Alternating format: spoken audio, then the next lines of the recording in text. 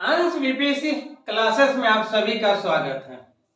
आज हम लोग बिहार लोक सेवा आयोग 67वीं में जो महत्वपूर्ण टॉपिक है कला, उससे संबंधित हम लोग पाल कला से संबंधित कुछ जानकारी हासिल करने का कोशिश करेंगे।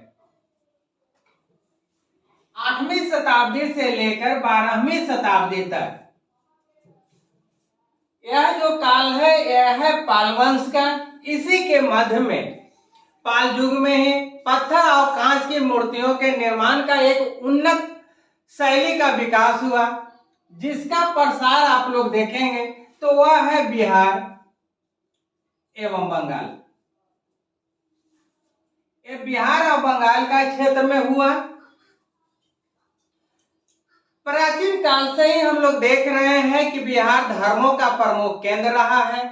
यही कारण है कि जो ये पाल कला जो विकसित हुआ, इस पर भी धर्म का प्रभाव पड़ा। मुख्य रूप से बौद्ध धर्म से यह प्रभावित था। विशेषता के रूप में अगर हम लोग पाल कला को देखेंगे तो यहाँ जो मूर्तियां हैं, वह मूर्तियां जो पाल कला में बनी है वह बेसाल्ट पत्थरों और कांच की बनी होती थी। इन मूर्तियों में मुख्यतः देवी देवता का चित्रण किया गया था, जो मुख्य रूप से बुद्ध की मूर्ति से संबंधित थे। इन मूर्तियों में अलंकरण की प्रधानता है, जो मूर्तियों को आकर्षित बनाने का कार्य करते थे। ये मूर्तियां जो है अधिकतर हाथ से बनाया गया है या तो ढाल कर करके बनाया गया है। साथ ही साथ हम देखते हैं इन मूर्तियों में कि समाज जीवन से संबंधित कला के अंतर्गत रहन सहन हो गया, खान पान हो गया, वेशभूषा हो गया, सुख दुख हो गया, क्रीड़ा मनोरंजन हो गया, रीति रिवाज हो गया, इत्यादि की भी झलक हमको देखने को मिलती है। अब हम लोग पाल कला को जब देखेंगे तो यह पाल कला को हम लोग बांट करके पढ़ेंगे। सर्वप्रथम देखेंगे हम लोग मूर्ति कला को, उसके बाद देखें हम लोग मृत भांड को यानी मृत मूर्ति को, फिर हम लोग देखेंगे चित्रकला को, उसके बाद भित्ति चित्र भी कहीं कहीं मिली है हमें, खास करके नालंदा में। थोड़ा सा इसकी भी जानकारी प्राप्त कर लेंगे और हम लोग देखेंगे थोड़ा सा स्थापत्य कला को। सर्वप्रथम हम लोग देखते हैं मूर्ति कला को। मूर्ति कला पाल काल में मूर्तियों का जो खास कर करके विकास हुआ है वह एक अन्य शैली का विकास हुआ था। वह था चित्र शैली का। इस चित्र शैली में कांस एवं प्रस्तर कहने का अर्थ है कि पाषाण मूर्तियां भी बनी है। इसके जो प्रमुख मतलब कांस मूर्ति और पाषाण मूर्ति की जो प्रमुख प्रवर्तक हैं यानी कि जन्मदाता हैं वो है धीमन एवं उसका बेटा था विठल पाल। ये दो मिल करके इस मूर्ति कला को विकास किए। इस काल में कांच की मूर्तियां, ये जो देख रहे हैं कांच की मूर्तियां ढाल करके बनाई गई है। इसके सर्वोत्तम जो नमूना हमको मिला है वह मिला है नालंदा से, कुकरीहार से, इसके साथ साथ फतेहपुर, अंत्यचक, इमादपुर, इन जगहों से भी कांच की मूर्तियां मिली हैं। ये मूर्तियां मुख्य रूप से बुद्ध की बनी हुई है, बोधिसत्व की बनी हुई है, मैत्रेय की है, मंजूतारा की है, इत्यादि ये सब है जिनकी मूर्तियां बनी हैं। हालांकि इन मूर्तियों पर हिंदू धर्म का भी प्रभाव हमको देखने को मिलता है। हिंदू धर्म में जो देवताओं का जो प्रभाव है उसमें देख रहे हैं हम लोग विष्णु की, बलराम की, सूर्य की, उमा की, महेश्वर की तथा गणेश की। इन लोगों की मूर्तियां हमें बुद्ध के साथ साथ देखने को मिली है। पलस्तर मूर्तियां की जहां तक हम लोग बात करते हैं तो यह मूर्तियां जो पालकालीन मूर्तियां एक कलात्मक दृष्टि से सुंदरता का उत्तम उदाहरण प्रस्तुत कर रही है। पत्थरों में विशेष करके जो पत्थर लिया जाता था वह संथाल परगना से और मुंगेर के क्षेत्र से जो काले बेसाल्ट होते थे, एक काले बेसाल्ट पत्थर का प्रयोग किया गया है। पाषाण मूर्तियों में मुख्यतः शरीर का जो आगे का ये जो भाग होता है उस पे उसको विशेष दिखाने का प्रयास किया गया है। लेकिन कुछ ऐसी मूर्तियां हैं जो आपको पटना संग्रहालय में देखने को मिल जाएगी, उसके पिछले भाग को उतना ही ध्यान पूर्वक बनाया गया है जितना ध्यान पूर्वक आगे की ओर बनाया गया है। साथ ही साथ ये जो मूर्तियां हैं, चाहे कांच की हो या पलस्तर की हो, इसमें अलंकरण की प्रधानता है, इसलिए अलंकरण की प्रधानता दी गई है जिससे देखने में मूर्तियां ज्यादातर आकर्षित हो। बौद्ध धर्म के साथ साथ यहां भी आपको विष्णु, शैव, इसके साथ साथ जैन धर्म की भी कुछ मूर्तियां हैं, उसका भी प्रभाव एक सीमा तक रहा है। एक मूर्तियां काफी ही सुंदर तथा कलात्मकता का जो परिपक्वता है उसको दर्शा रही है। अब हम लोग दूसरा देखते हैं, इसमें मृद भांड यानी कि मृद मूर्तियां। मृद मूर्तियां भी सर्वोत्कृष्ट कलात्मकता इसमें देखी जा सकती है। ऐसे मूर्तियां यानी कि मृद मूर्तियों का जो निर्माण किया जाता था और दीवारों पर सजावट के लिए बनाए जाते थे। इन मूर्तियों में धार्मिक तथा समाज जीवन की दृष्टि को स्पष्ट रूप से यहाँ पर हम लोग देख सकते हैं। धार्मिक रूप से जहां बोधिसत्व की बात होती है, साथ ही साथ तारा की हम लोग बात करते हैं, यहाँ भी आपको तारा की मिली है, बोधिसत्व की मिली है, बुद्ध की मिली है। आपको मृद मूर्तियां भी बोधिसत्व की मिलती है, तारा की मिलती है, मत्रेय की मिलती है। इन लोगों की मूर्तियां आपको देखने को मिली। हिंदू धर्म की जब बात करते हैं तो यहाँ भी है विष्णु की, बराह की, हनुमान की। इसके साथ साथ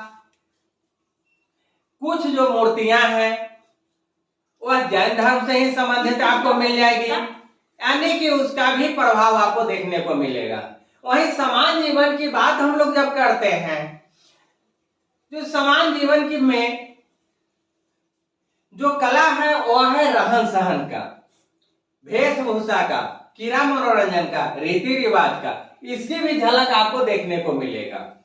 कलात्मकता का दृष्टि से अति ही सुंदर जो उदाहरण है या तो उत्कृष्ट उदाहरण हमको जो मिला है वह मिला है, एक तख्ती है जिस पर एक स्त्री बैठी हुई है, मतलब कि बैठी हुई मुद्रा में दर्शाया गया है। स्त्री जो है अपने हाथ में दर्पण लिए हुए अपने रूप को निहार रही है, साथ ही साथ दूसरे हाथ से के जो अंगुलियां हैं उससे अपने मांग में सिंदूर लगा रही है। उसके शरीर को आभूषणों से आच्छादित कर दिया गया है जो उसकी सुंदरता को और ही आकर्षक बना दे रही है।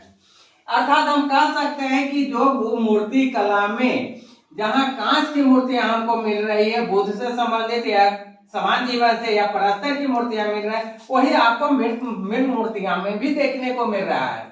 इसके बाद हम लोग देखते हैं आगे चित्रकला को, यानी 3 नंबर पे हम लोग चित्रकला को रखते हैं। पाल युग में चित्रकला की भी बहुत ही प्रगति हुई है, इसकी अत्यधिक प्रगति हुई है। ये चित्रकला मुख्य रूप से अगर देखा जाए तो 2 रूपों में उपलब्ध है। पहला जो रूप है इसका वो है पांडुलिपि के रूप में।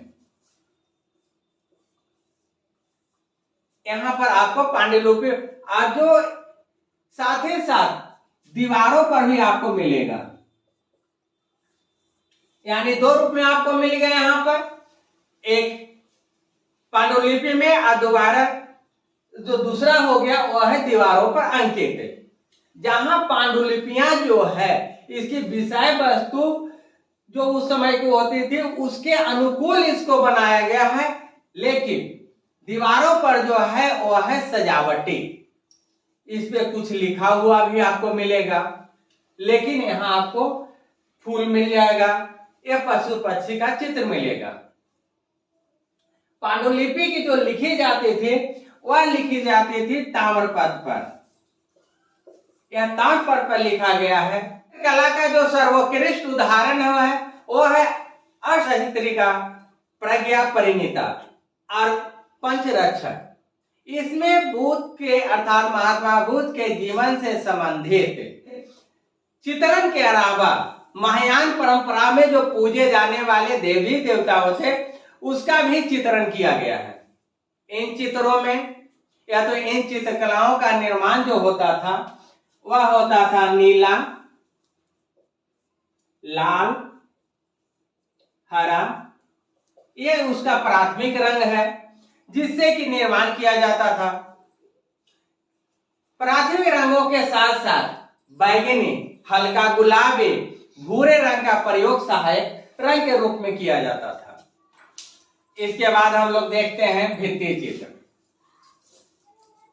भित्ति चित्र की जब हम बात करते हैं तो चित्रकला का यह एक अन्य शैली का या तो अन्य रूप से भित्ति चित्र कला के रूप में हमको देखने को मिल रहा है। यह नालंदा से प्राप्त हुआ है, जहां ग्रेनाइट पत्थर से बने हुए एक चबूतरे के दीवारों पर फूल का, मनुष्य का, पशुओं का, साथ ही साथ कुछ ज्यामितीय आकारों का चित्रण किया गया है।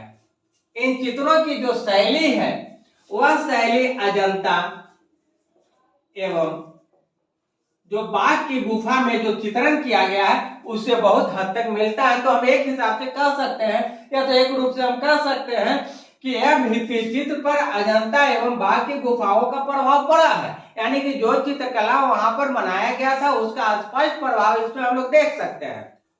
अब हम लोग देखते हैं आगे स्थापत्य कला को। स्थापत्य कला के क्षेत्र में पाल कला का सर्वोत्कृष्ट जो नमूना है वह भी देखने को हमको मिलेगा। इसके साथ आपको मिलेंगे पुनः नालंदा में, विक्रमशिला में, इसके साथ साथ उदयपुर में, सोमापुर में हमको प्राप्त होता है। पाल वंश के जो राजा गोपाल थे वो नालंदा में बौद्ध विहार का निर्माण करवाए, वहीं धर्मपाल ने विक्रमशिला महाविहार का निर्माण करवाया एवं अनेक व्याख्यान कक्ष बनवाए तथा जो आगे के शासक जो महिपाल हुए, महिपाल ने काशी में सैकड़ों भवन का निर्माण करवाया था। पाल स्थापत्य कला की सर्वोत्कृष्ट जो विशेषता है वह विशेषता है पक्की ईंटों का प्रयोग। पक्की ईंटों का प्रयोग यह उसकी बहुत बड़ी विशेषता है। इन्होंने बिहार एवं बंगाल के विभिन्न भागों में चैत्य एवं बिहार के साथ साथ अनेक तालाबों का भी निर्माण करवाया था। इसके अतिरिक्त पाल शासकों के द्वारा कहलगांव में एक गुफा मंदिर का निर्माण कराया गया। साथ ही साथ गया स्थित जो विष्णुपद मंदिर है उसका अर्ध मंडप का भी निर्माण करवाया, यानी कि ऊपर गया जो मंडप है ऐसा उसका भी निर्माण इन्होंने ही करवाया था। सूर्यगढ़, जयमंगलगढ़ इत्यादि जो जगह है जहां पाल स्थापत्य कला का आपको प्रत्यक्ष उदाहरण देखने को मिलेगा। साथ ही साथ आपको कभी समय मिल जाए तो पटना संग्रहालय में अगर आप लोगों को जाने का मौका मिले तो वहां जाने के बाद आपको पाल काल के समय का जो भी मूर्तियां हैं वो रखी हुई है उसको आप देख सकते हैं। उस पर जो पॉलिश किया गया है उस समय यानी पाल वंश के राजाओं के समय में उसकी चमक आज भी बरकरार है। इससे आप पता कर सकते हैं कि उस समय का जो ये पाल कला था वह कितना विकसित अवस्था में था।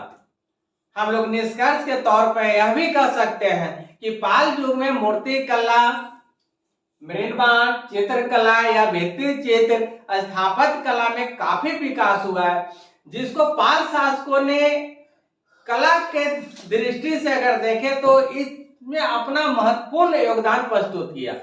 साथ ही साथ जो पूर्व से जो चली आ रही थी परंपराएं कला के क्षेत्र में, चाहे मौर्य कला हो या तो पाषाण काल की जो कला हो, उसकी निरंतरता को भी बरकरार रखे हुए है, जो कि हमें पाषाण काल की मूर्तियों में देखने को मिलेगा। क्योंकि बिहार लोक सेवा आयोग की जो परीक्षा होती है उसमें जो समान ज्ञान का जो प्रश्न होता है, अब 8 प्रश्नों को देना है, तो आप बहुत ज्यादा उसमें अगर लिखना चाहेंगे तो 150 वर्ड से ज्यादा नहीं ले जाएंगे। मैंने जितना आप लोगों को बताया है यह 150 से बहुत ज्यादा वर्ड है। आप इसमें से काट करके जो महत्वपूर्ण है उसको आप अगर दर्शा देते हैं तो आपको बहुत ही ज्यादा नंबर यानी 30+ मिलने की संभावना है, जो कि पहले हमें भी आ चुका है। यहीं पर मैं अपना ब्लॉग को खत्म करता हूं। जो मेरे चैनल में नए आए हैं वो सब्सक्राइब कर लेंगे, बेल आइकन को दबा देंगे, जिससे कि मेरा नोटिफिकेशन आपके पास पहले पहुंच जाए। साथ ही साथ लाइक करना, शेयर करना, कमेंट करना ना भूलेंगे। मिलते हैं अगले ब्लॉग में।